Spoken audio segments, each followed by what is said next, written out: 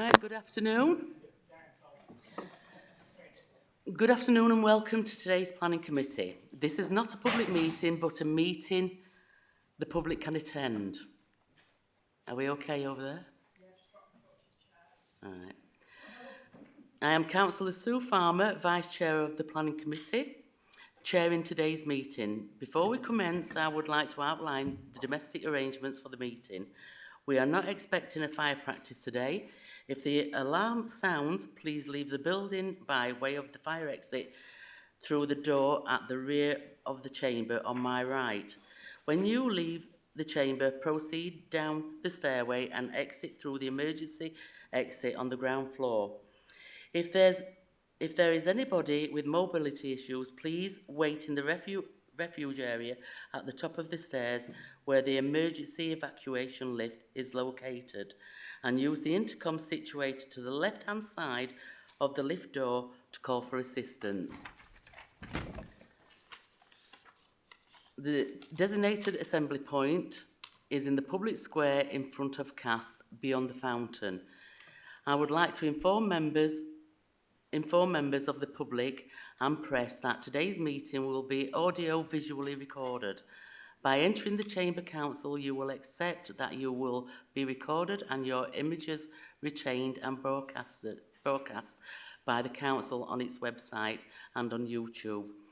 If anyone intends to record or film any part of today's meeting, please ensure that this does not disturb the conduct of the meeting and you only focus on recording those people participating. Please ensure that your mobile phones are switched to silent. May I remind anyone speaking in the meeting that you will need to press the large red button underneath the microphone and ensure that the red light is illuminated. This will ensure you are recorded. The meeting is proceeding today on the basis that all members of the committee have read their agenda papers thoroughly and are aware of what they are considering today. If any members of the committee leave the chamber during consideration of an application, they should ensure they do not take part in the vote on their return, as they will not have heard all the relevant information on that particular item. Thank you. And before we commence on item 1 today, before I go through apologies, I would like to congratulate Stacey Cutler, our legal officer, who's on maternity leave on the birth of her new baby daughter. Thank you. Item 1, apologies and absence. I have received apologies for absences from the Chair, Councillor Susan Durant, Councillors Amy Dickinson, Andy Pickering, Gary Stapleton and Duncan Anderson. Is there any more apologies, please? No. Item 2, exclusion of the public and press. There are no exempt items on today's agenda. Item 3, declarations of interest. Are there any declarations of interest? Councillor Beach. I'd just like to say that I'm a member of the ward for application 3. Hi, I have a declaration of interest for application 1 because I'm the ward member for Hexel Bobby North. Thank you. Remember if you need to fill in the declaration form after the meeting. Thank you. Yeah, please complete the declaration form and hand it to the government officer. Item 4, minutes of the planning meeting held on 14th of November 2023. Can the minutes be moved as a true and accurate record? Yeah. Who seconded that? Emma Muddyman. And who proposed? Who moved it? Stephen, sorry, Steve. People's going to have to bear with me today, right?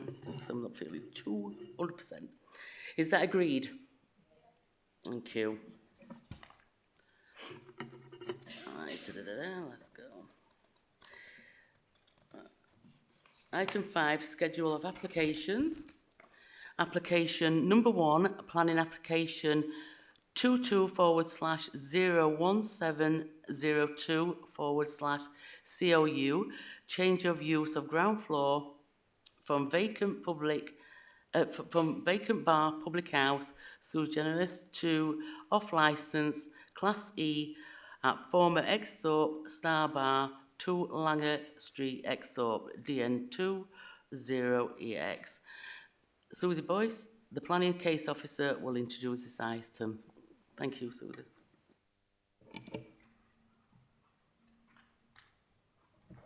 Thank you, Chair. The only pre-committee amendments to this item are that we have two speakers. Councillor Glyn Jones, Ward Councillor, will be speaking for up to 5 minutes in opposition to the application, and Mr Mubin Patel will be speaking on behalf of the applicant, again for up to 5 minutes. So this item was deferred from last month's planning committee to enable members to visit the site in order to assess the impact of the proposals on parking availability and to better understand the highways and street layout around the site.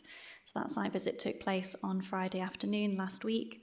The recommendation for the application remains for approval. There have been a couple of changes to the proposal that came to the last committee, and only to the extent that the delivery hours have been amended slightly. They were previously 10 till 11 a.m. Monday and Friday. They are now 10 till 11 a.m. Monday to Friday to increase flexibility for the operation. There have also been some photos received. These are in Appendix 4 of the committee report, which just give a wider snapshot of the parking availability across a number of different days at various different times of the day. Okay, so just to move on and give you a brief overview of the application site and the proposal. So this is the application site. It's a 2-storey building at Langer Street in Hexthorpe. Its main elevation is at Langer Street there. It's also bounded by Glenfield Avenue at the south there. So it's surrounded by residential properties on all sides. It's got a little footpath link between Langer Street and Glenfield Avenue, which also connects through to Barnston Road and Patrick Stirling Court there. Just a few photos here. We've got the frontage of the building at Langer Street and also at Glenfield Avenue.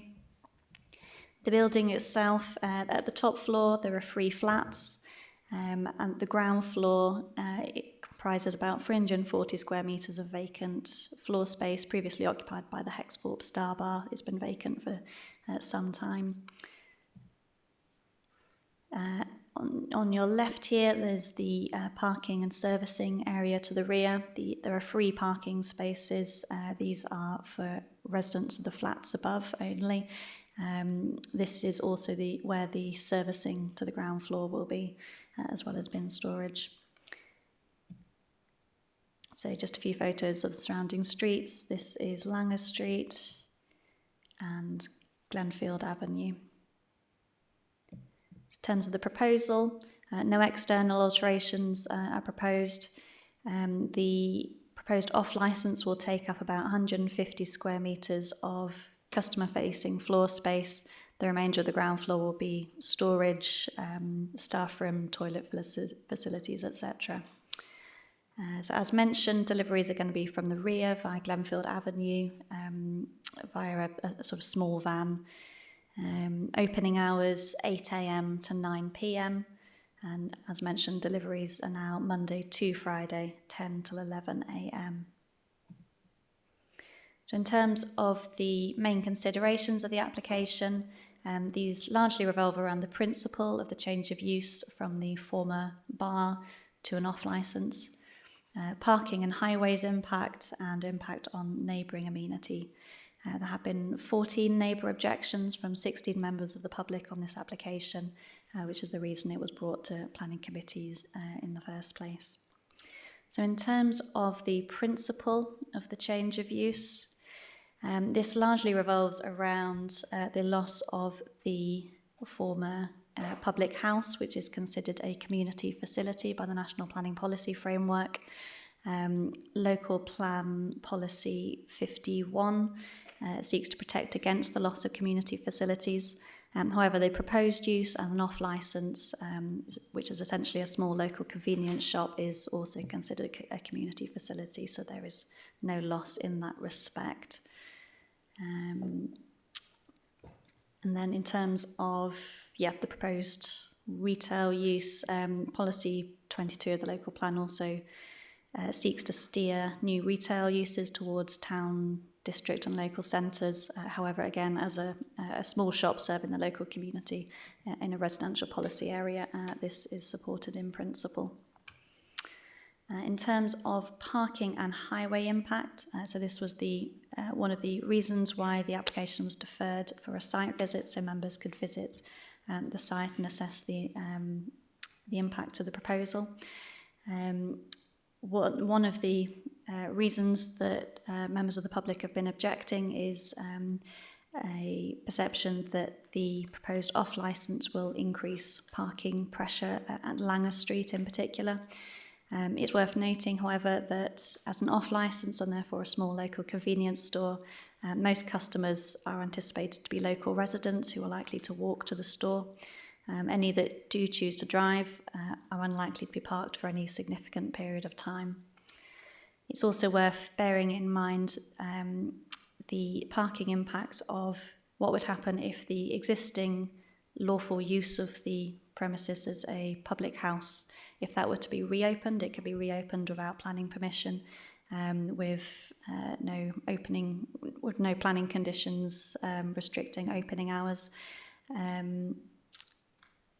In terms of parking, the parking requirement would actually be a lot higher for a pub than it would be for an off-licence.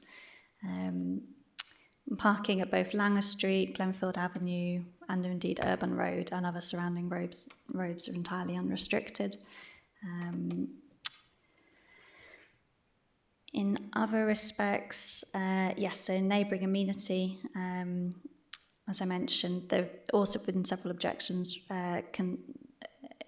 concerned that there would be some noise disturbance from customers exiting the shop. Again, that needs to be borne in mind and compared to the existing public house use. Just going back to the highways impact as well, another point was to do with deliveries. There were some concerns that delivery vans would obstruct Langer Street, particularly at peak times. So delivery hours have been specifically chosen for 10 to 11 a.m. During the week in order to avoid peak parking pressure times. Delivery van will be a small van only. A highways officer who is available to answer questions afterwards has raised no objections to the proposals. Just to conclude, the principle of the change of use, there's no objection to it. The impact of the proposed off-licence on parking and highways will be less than if the current lawful planning use were to be returned. Deliveries and servicing can be controlled by condition, and there's not anticipated to be any harm to neighbouring amenity from the proposed use. Thank you. Thank you, Susie. Councillor Glyn Jones, ward member, has requested to speak in opposition to the application. This is now your opportunity to address the committee for up to 5 minutes. Please press the large red button when you want to speak and press it again to mute the microphone when you've concluded your submission. Would you like to comment? Yes, thank you, Chair. It's not very often I make a representation to the Planning Committee. However, I have deep reservations as to this proposal before you today.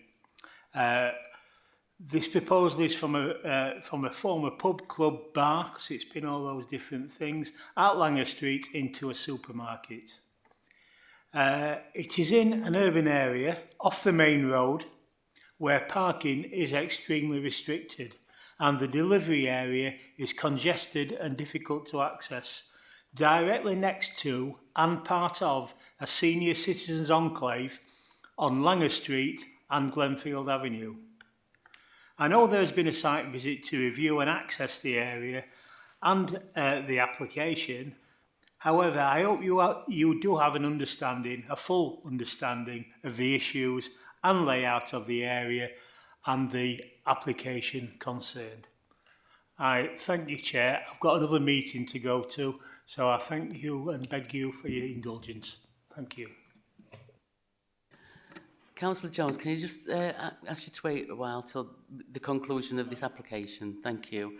Right, we've got Mr.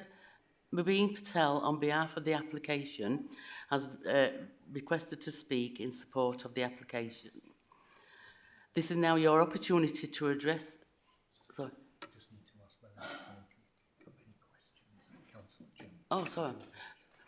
I do apologise, Mr. Patel. Can you just fire a minute? I've just missed the section up.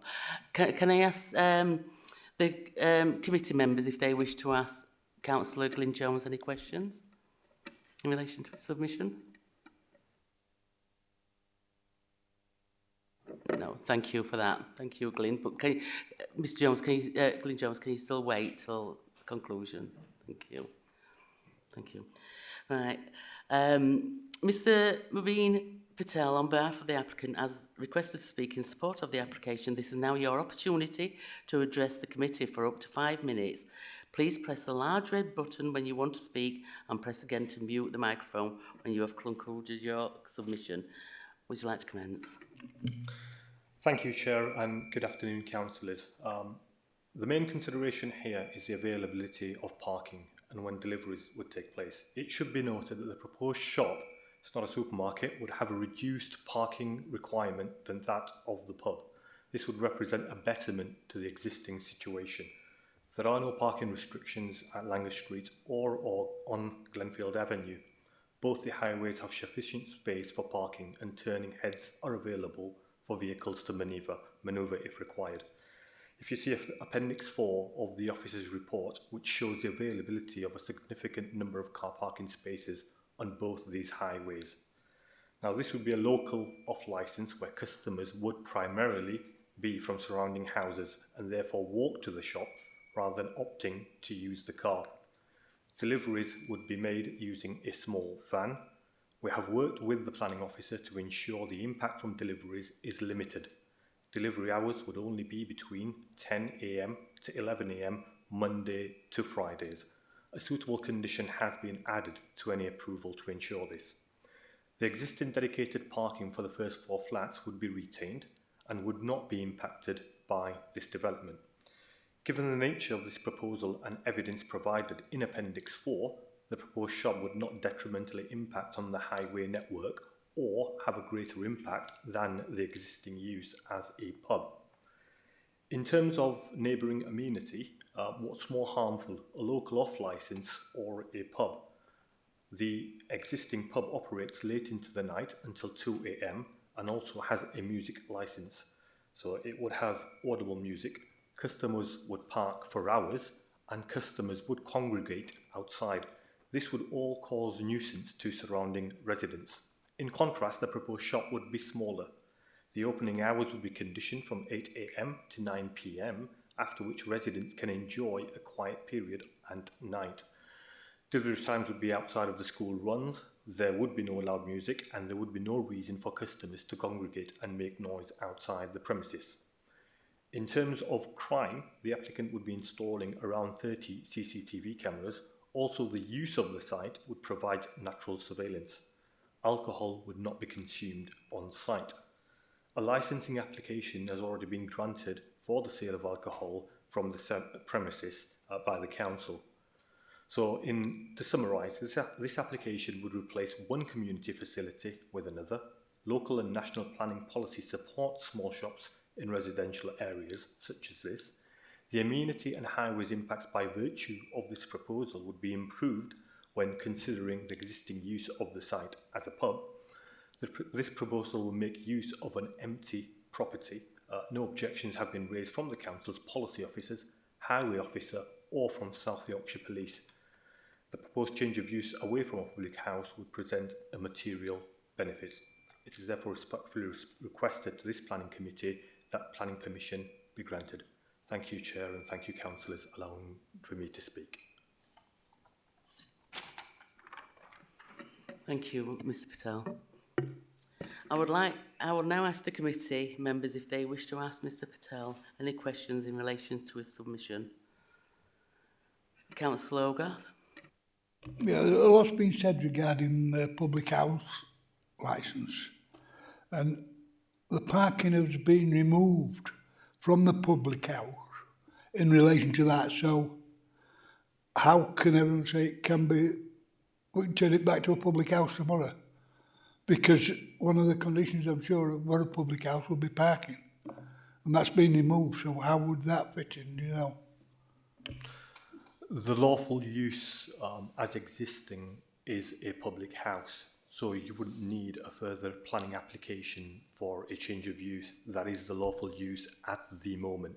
So anyone wanting to come in to use that as a public house would not require planning application. So though highways would not be a consideration, they could just move in tomorrow if required or needed. Do you want to follow up? Can I just follow? I know it's a question, but with offers. So you can have a public house, remove the car parking, and then say it's still a public house, and it complies with everything, but it hasn't got car parking to be a public house.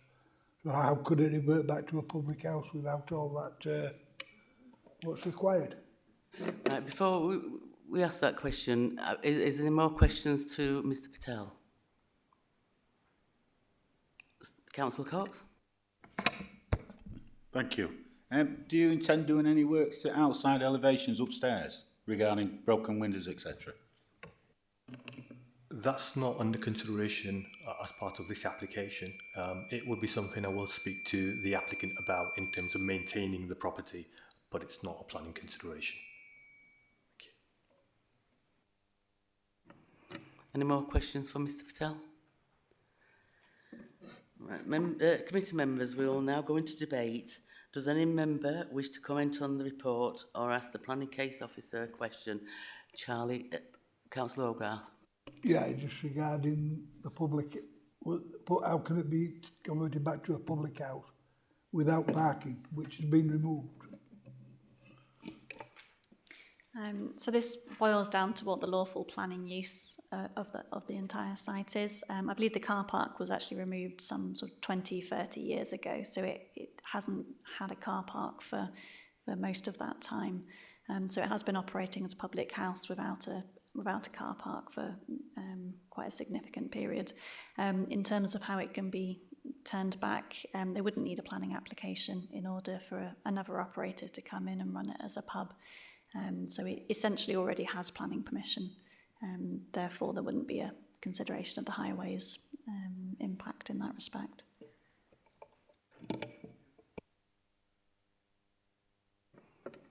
Any more questions? No. Thank you. Is there a proposal to grant planning permission subject to the conditions? Is there a mover for recommendation? Is there a seconder? Steve Cox seconded. I will move to the vote. Please indicate by raising your hand for.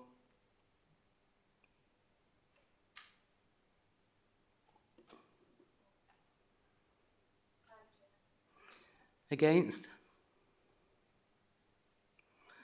Abstained?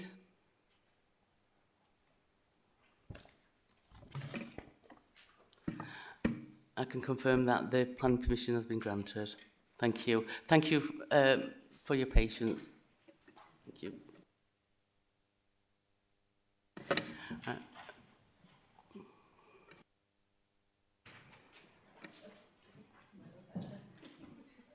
We're moving on to application number 2. Planning application 23/01292 FULM. Erection of an ancillary storage building, non-permanent construction on existing hard standing for a period of 5 years. Anna Wilson, the Planning Case Officer, will introduce the item. Anna? Thank you, Chair. The planning application before you is presented to committee as it's had 18 objections to it. The application is for a temporary storage building for a new line of products for the company. On the slide, you can see that there are triangles on there which indicate the objectors to the application along Edlington Lane. The new product line means that it's a temporary permission. If the product line doesn't take off, then they will no longer need the building for storage. If it does take off, then they will replace the current product line and move it into the existing building. So that's why it's a temporary permission. Here is an aerial image that shows the existing well-established employment site. The site is within an employment policy area and is bounded by a buffer to the east of trees and shrubs. And there are residential properties beyond this on Edlington Lane. The existing site is a storage yard for the business, and you can see here that there are vehicles along the edge of the site right up to the buffer and storage along the edge of the site as well. And that's just an image of the rest of the site. And then you can see here the properties on Edlington Lane with a track between them and the trees and shrubs buffering the industrial site, warehouse site, sorry. On here is a section provided by the applicants showing the distance to the neighbouring properties. You can see that there is a land level difference. This land level difference is of 10 metres and the property is 10 metres tall. Sorry, I do apologise. I think I've missed a slide there. I'll just go back to this one for you. On this one, you can see the separation distance. So you could see on the section the distance to the neighbours, and here it is actually 80 metres to the nearest property and 47 metres to the nearest garden. The concern is the land levels, that it will be over-dominating. However, this significant distance between the properties, we don't feel that that's going to be an issue. As you can see on these slides, the site is well screened. It isn't felt that there is going to be any visual amenity harm to the street scene. And these photos are taken over different years and different times of the year as well. So you can see when the trees are sparse as well. And then this is down the other end where the building will be going, behind the residential properties and the church that's along there on Edlington Lane. And again, you can see at different times of the year that it's still well screened as well. The building has no openings, large openings on the elevation facing the residents, only small doors. It is an existing storage yard, so there will be existing noise on that site for forklifts and storage of items and vehicles moving around. This will internalise the storage. They could today put the new product line out on the storage yard and have forklift trucks moving around. There is a condition on the application so that plant equipment is not added to the building to create extra noise. And there is no lighting to be added to the external of the building either as a condition. There have been no concerns from ecology, and trees are a significant distance away. The site will be fixed, the building will be fixed with anchor bolts, so it's not felt that it will cause harm to archaeology. So there's no significant digging down. The site is also a sustainable site. They already have cycle storage and changing rooms. There is no increase in staff and there is no increase in vehicle movements either. The building on the site also does not restrict any vehicle movements around the site, and Highways have raised no objections. Neighbours were concerned about the noise. However, the operating hours will be the same as the existing business from 6 a.m. to 10 p.m. And I have double checked with Environmental Health. They've had no objections from any of the residents on Edlington Lane to these operating hours or noise. So in conclusion, the application is an appropriate application in an employment policy area. We feel that it's a significant separation distance between the neighbouring properties and the proposal to not cause significant harm. It's not felt that there's any visual amenity harm. The existing access will remain the same and there's no increase in traffic. And it's acceptable in all other respects. Therefore, the application is recommended for approval, subject to conditions, and we do have one speaker, which is the applicants. Thank you, Chair. Thank you. Mr Daniel Page, Waving Limited, the applicant has requested to speak in support of the application. This is now your opportunity to address the committee for up to 5 minutes. Please press the red button when you want to speak and press it again to mute the microphone when you have concluded your submission. Would you like to commence? Thank you very much. I don't have a great deal to add. A lot of it was very expertly covered already. There's two areas I want to cover. One is a second element to why we want this building. It's around sustainability. There's a second project which I'm actually heading up around reducing empty kilometres that our lorries drive. We do a lot of empty kilometres right now, and by introducing an element of cross-docking, which we aim to do inside the building, this will reduce our kilometres by about 17%, which is obviously quite sizable considering we run a fleet of 58 vehicles across 3 sites in Chippen and Doncaster and out of Hazelhead. And just want to touch on the element of why it's only a 5-year temporary building. This is because we have further plans to redevelop the warehouse inside, no external works, other than improving the roof and re-racking the building. We aim to do this within the next few years. It's a fairly big capex project. We wouldn't get the money for that this year.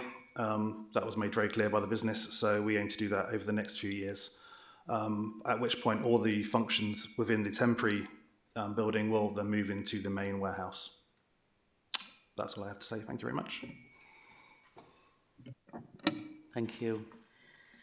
I would now ask the committee members if they wish to ask Mr Page a question in relation to his submission. Thank you. Oh, sorry, Councillor Cox. Thank you. It's just related to the Severn Trent surface water issue. Have you received? Oh, sorry. Have you addressed the issue of surface water? There's no major issues that I'm aware of.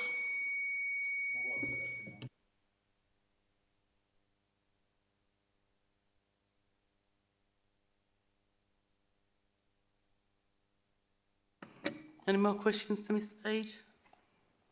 Thank you. Committee members, we will now go into debate. Does any member wish to comment on the report or ask the planning case officer a question? No? Thank you. No? Right. Is there a proposal to grant planning permission subject to conditions? Is there a mover for the recommendation? Steve? Seconder? Councillor O'Grath. I will now move to the vote. Please indicate by raising your hand for. I think that's unanimous. Planning permission be granted. Thank you. Thank you very much. Thank you. Application number 3, planning application 22/00311 FUL, erection of residential development of 4 houses and land on the east side of Common Lane, Norton, Doncaster. Mark Ramsey, the planning case officer, will introduce this item. Mark, when you're ready.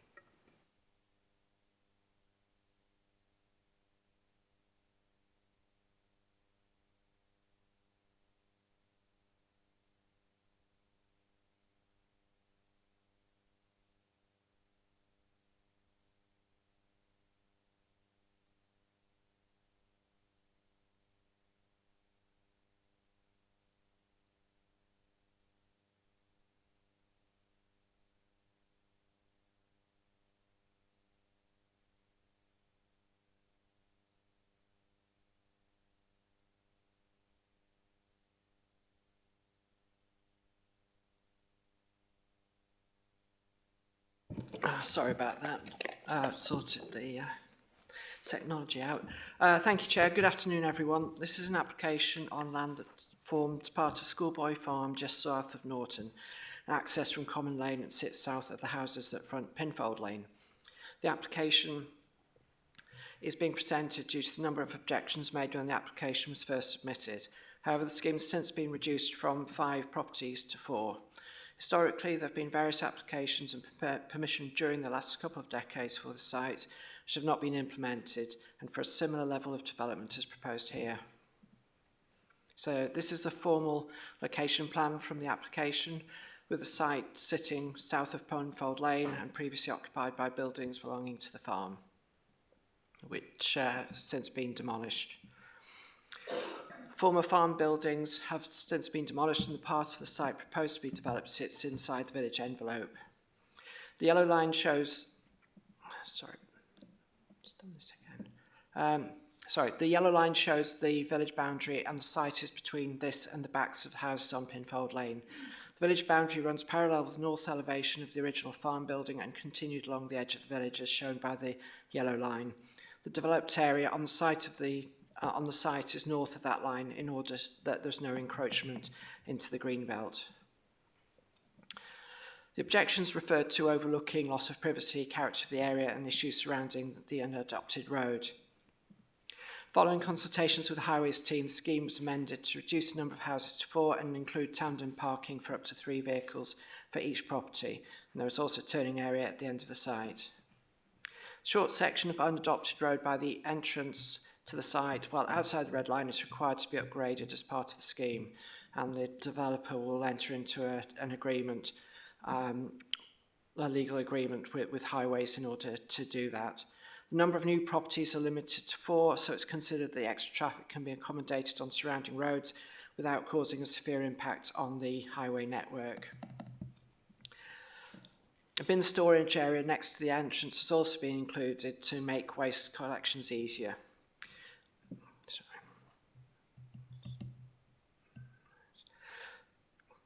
The properties to the north are single storey, so do not overlook the site and are sufficiently far away that development does not cause loss of daylight. New dwellings have been designed with roof lights to serve the non-habitable rooms at the front of the property, so overlooking is not introduced by the new development. The site will form its own character, being a cul-de-sac running parallel to Pinfold Lane and separate from its street scene. It's a modest development of small dormer houses which won't detract from its immediate surroundings. A condition requiring prior approval of landscaping and boundary treatments recommended to be included as part of any approval in order to limit the impact on views from the countryside towards the village. So if we just go through the proposals for the houses, they're modest in scale, being maximum height of 6 3/4 metres, and as previously highlighted, the windows on the front serve bathrooms, en-suites or staircases. And I've highlighted the position in yellow on the floor plans, and there is a condition requiring them to be obscure glazed in case the internal layout is altered in the future. Properties provide sufficient space to comply with nationally described space standards and the local guidance on the amount of private amenity space. So this is a design for the first 2 plots. This is one for the plot 3, and again highlighted where the roof lights are, which are then over the bathroom and the stairwells. And this is for the 4th plot, slightly different design, but again the roof lights over the ensuite bathrooms. So, okay, we're just going to have a look at the site and visually. So this is a view from the eastern end of the site looking along the back of the properties on Penfold Lane. And this is a view looking north towards the village from Common Lane, and the adopted road begins in the distance. And this is looking from between the last two houses on Common Lane south towards the entrance to the site where the adopted road ends. So in summary, the proposed scheme is considered to be sustainable development, being on the edge of Norton Village and within the residential policy area, and does not detract from the character of its surroundings and provide sufficient off-street parking to serve the development. No unacceptable amenity implications that would justify refusal. Separation distances both within the development and in relation to existing residents that surround the site are acceptable, and proposed dwellings have sufficient living space and meet the required standards nationally and locally. Overall, there are no negative aspects of the scheme that would outweigh the benefit developing the site for residential use, and the applications recommended to be granted subject to the conditions laid out in the report.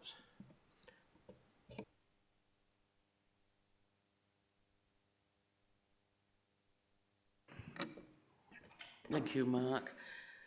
Committee will now go into debate. Does any member wish to comment on the report or ask the planning case officer a question? Councillor Beach. Yes, a couple of things. First of all, on the notice we got, the amended notice, it says that the property too many on an unadopted highway. Am I correct in saying that it's 5 you can have on an adopted highway, or 6?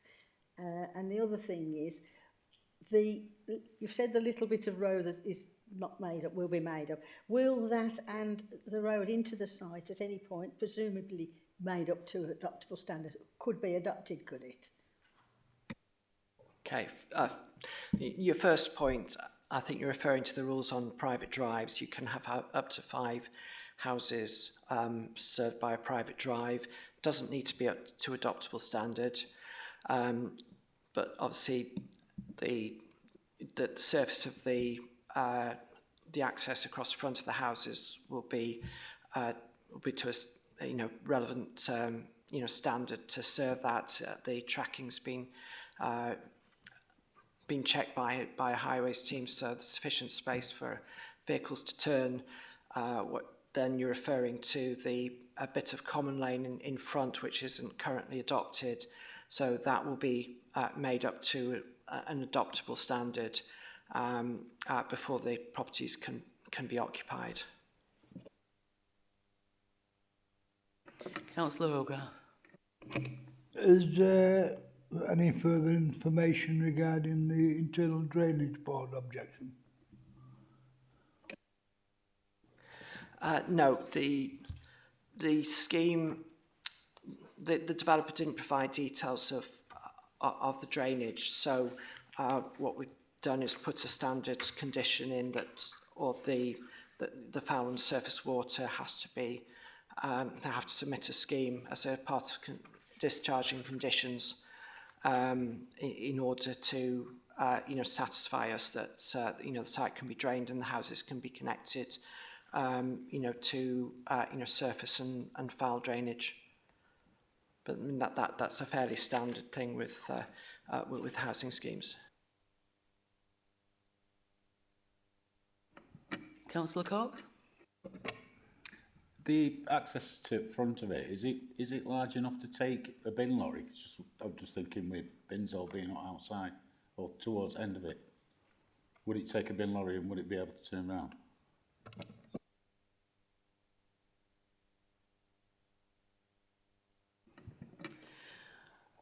Andy, would you like to take that question? Thank you. So the bin lorry at the moment reverses back to the end property to pick up the waste. So as you can see on the plan, the bin collection point is approximately 10 metres away from the last property on the left, which isn't shown. So bin collection isn't a problem because they just reverse down. They also do a larger reverse actually down Penfold Lane, and I think that's about 90 metres. that they have to do, either reverse down or reverse back. So in terms of the actual manoeuvre, then they do actually reverse back to the end house, and then, like I say, it's only about 10 metres to the bin collection point, which is always at the front.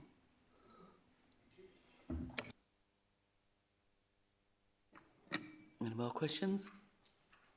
No. Is there a proposal to grant planning permission subject to conditions? Is there a mover for the recommendation?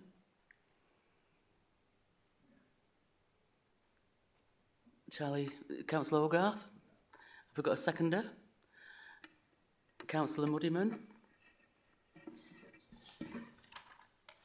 I will move to the vote. Please indicate by raising your hand for. I think that's unanimous again. Planning permission has been granted. Thank you.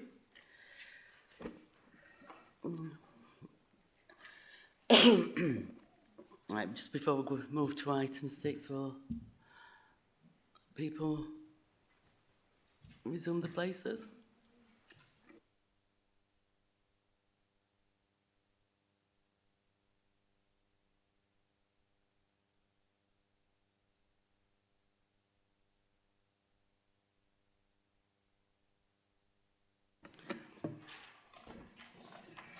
Item 6, we're moving on to item 6, appeal decisions.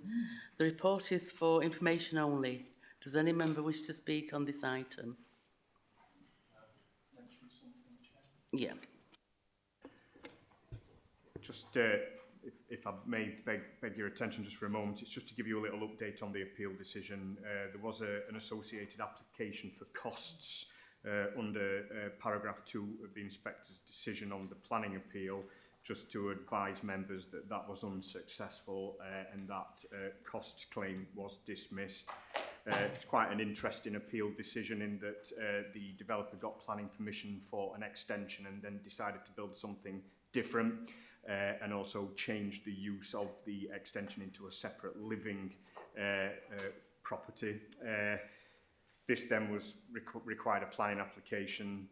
It went through, it was refused, came to this appeal, and the inspector goes through the thought processes and basically picks up on 3 issues: the character and appearance of the proposal, the living conditions for the people who would occupy the separate living accommodation, and also drainage issues. And I think it's just quite interesting to draw members' attention probably just to living conditions, which is on paragraphs 14 onwards, where the inspector is quite keen to point out that it would lead to a subdivision of the property, creating 2 properties. That would be a subdivision of the garden area, and therefore it wouldn't meet the relevant kind of space standards in terms of providing enough amenity space for both dwellings, and that formed one of the reasons in the inspector's balanced conclusion to dismiss the appeal. So I just thought it was useful just to point that out for members. Thank you, Chair. Thank you, Mr. Sykes. Can I ask that the committee members move that the report is noted? Thank you. Item 7, Planning Enforcement Quarterly Report, September 2023. The report is for information only. Nicole Jackson, Planning Enforcement Officer, will introduce the item. Nicole, want to? Good afternoon all. This is the quarterly 2 report, which will run from the 1st of July 23 to the 30th of September 23. So it details basically the amount of any prosecution cases, injunctions and notices, as well as general cases that have been dealt with by our team. I'm open to any questions that's within this document, if you've got any for me to answer. Councillor Beach. Yes, it's with reference to the Campsall Working Men's Club at the Avenue, Campsall. I noticed that the compliance date is February next year. Now, Councillor White told me only last night, it says on here about fencing 1 metre at the front because of the roadway and 2 metres round. He said to me last night that he pretty sure they've put 2 metres all along the front as well. Right. So some work has been done as they were asked to do, but not correctly. Yeah, I think what they've done is they've put up some Harris fencing to Yes. prevent any unauthorised access onto the site. They was told at the time verbally to set it back from the highway. So I'll conduct a site visit to Have a to look. have a look and see what. I mean, What's you know, what? this has been ongoing for a good many years. We aren't getting the complaints we have had in the past, I will say, but that's not to say they won't materialise once we get lighter nights. Yeah, definitely. Thank you. Thank you. Councillor Hogarth. Could we have an update on the how it went in the High Court on 31st of October? Unfortunately, basically all parties attended and the judge granted an adjournment on request of the defendants because they didn't have the relevant counsel in place. So the judge has basically allowed for an adjournment into the new year. We've not been given a new date yet. And they've also allowed for the temporary installation of electricity on site to allow for heating and hot water. Oh, okay, cheers. Thank you. Any more questions? No. Thank you, Nicole. Thank you. Can I ask that the committee move that the report be noted? Is that noted? That's pretty much it. Members, ladies and gentlemen, that concludes the business of today's meeting. I would like to thank everyone for their attendance and input. Now I declare the meeting closed. Thank you.